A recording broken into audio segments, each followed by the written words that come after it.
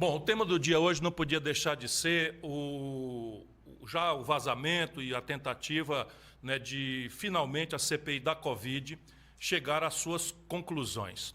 Não é? Nós temos agora já fragmentos do relatório do senador Renan Calheiros, está causando uma polêmica. Eu espero que os senhores senadores compreendam a gravidade de não deixar que isso termine em pizza e que de hoje para amanhã ou depois, quando eles forem votar finalmente o relatório, que eles achem uma fórmula, não é, de se conciliarem para que o país possa ter um relatório que seja, de um lado, sério, não interessa para ninguém exagero, nem acusação falsa, nem sair atirando para cima, nem acusando gente sem provas, isso não interessa para ninguém. Nós já vimos isso na Lava Jato, que o que parece ser uma coisa que vai punir, acaba cometendo injustiças formais ou protocolares e acabando deixando gente culpada com o status de inocente. Vocês sabem do que eu estou falando. Então, eu espero, não é, que esse relatório seja severo. 603 mil almas foram perdidas entre nossas famílias. Os crimes que aconteceram no Brasil são flagrantes e os relatórios, cujos fragmentos eu já tenho, eles fazem acusações muito sólidas, muito corretas, muito concretas, e há muitos elementos muito objetivos para mostrar que Bolsonaro cometeu 11 crimes. 11 crimes sairá no relatório e 74 pessoas serão indiciadas, entre elas ex-ministros, merecidamente, como Braga Neto, esse Pazuello, todos responsáveis claramente, não é, pela mortandade com que o Brasil extrapolou. Deixa eu só dizer um pouquinho para vocês o que é que significa essa acusação que eu venho fazendo há muito tempo e que agora a CPI vai evidenciar no seu relatório e com as demonstrações e as provas cabais de que esses crimes foram cometidos. Anote aí você. Se no Brasil tivesse morrido a média das mortes que aconteceram no mundo todo, a gente tem que ser honesto, aconteceu uma pandemia no mundo inteiro. Pois bem, é muito razoável, porque o Brasil nem é o país mais rico, nem é o país mais pobre do mundo. Ao contrário, nós somos um país que está aí nos 15, 20 países com melhores condições objetivas. Mas vamos esquecer que a humanidade tem 180 países e vamos botar se o Brasil tivesse morrido aqui a média, apenas a média do que aconteceu no mundo. E nós estamos botando a média países dramaticamente pobres da África, por exemplo. Pois bem, no Brasil, se nós tivéssemos morrido só a média do que morreu no mundo, teriam morrido 120 mil pessoas. O que já seria uma tragédia para a gente ter um sentimento profundo de respeito, de luto, de indignação, de sofrimento por tantas famílias, tantos amigos que nós perdemos e que foram destruídas, tantos filhos órfãos que acabaram ficando. Mas no Brasil morreram 603 mil pessoas. Significa que o que aconteceu acima da média, 480 mil mortes, aconteceram por causa da conduta anticientífica, genocida, assassina, incompetente e absolutamente criminosa do governo Jair Bolsonaro a partir dele próprio, que inclusive não parece ter aprendido nada, continua se aglomerando sem usar máscara, continua fazendo mau exemplo, desestimulando a população de se vacinar, ele próprio não se vacina, faz o Brasil passar vergonha no estrangeiro, ele próprio não explica, não diz uma palavra sobre a roubalheira, a falcatrua, na roubalheira que aconteceu, e a CPI vai provar tudo isso, nas vacinas, meu irmão, minha irmã, brasileiros.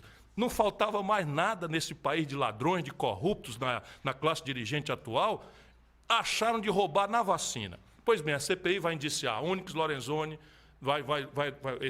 esse líder do governo, enfim, tem muito tubarão, muita gente importante, Marcelo Queiroga, o atual ministro, né? Onyx Lorenzoni, eu já falei, o deputado Ricardo Barros, eles todos vão ter que responder. E a CPI avança também, e aí é preciso que a gente tome cuidado, né, sobre os 3 filhos do Bolsonaro.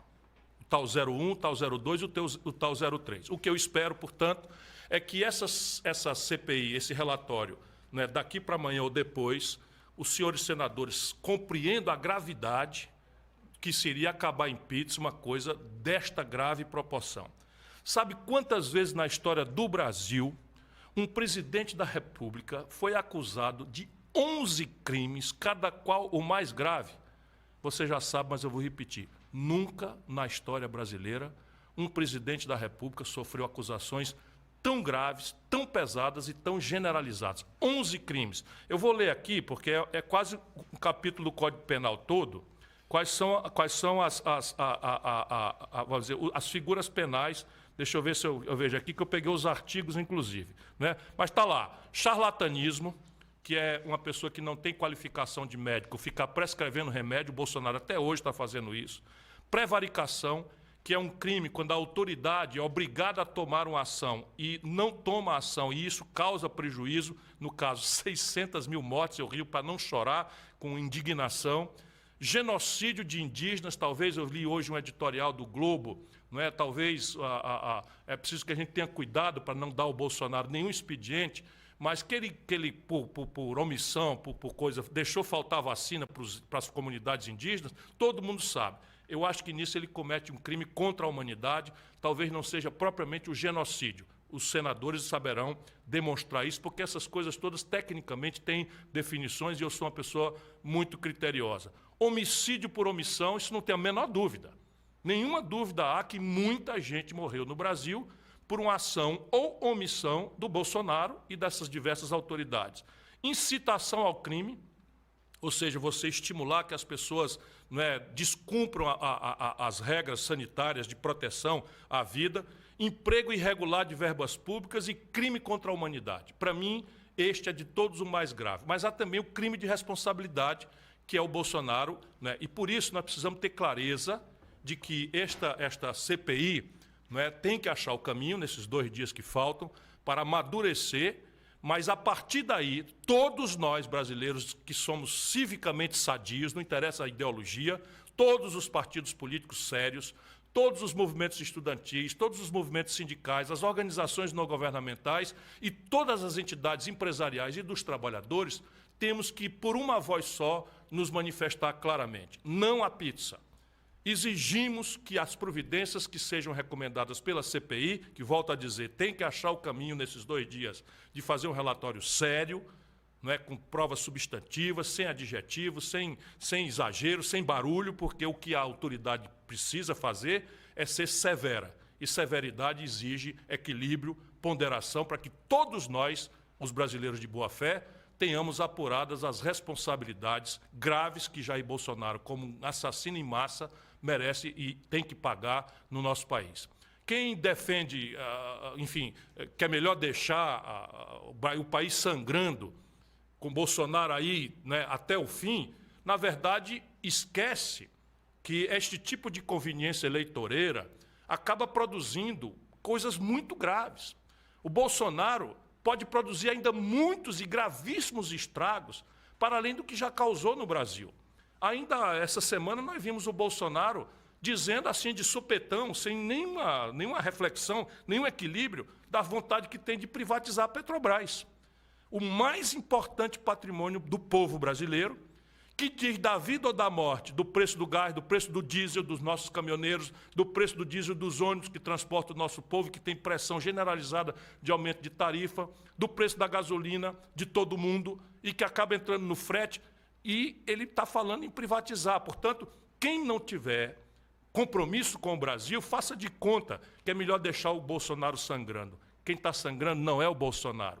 Quem está sangrando é a nação brasileira. Por isso, nós precisamos, Brasil, acordar e exigir, por mais que seja difícil, impeachment já, antes que seja tarde demais.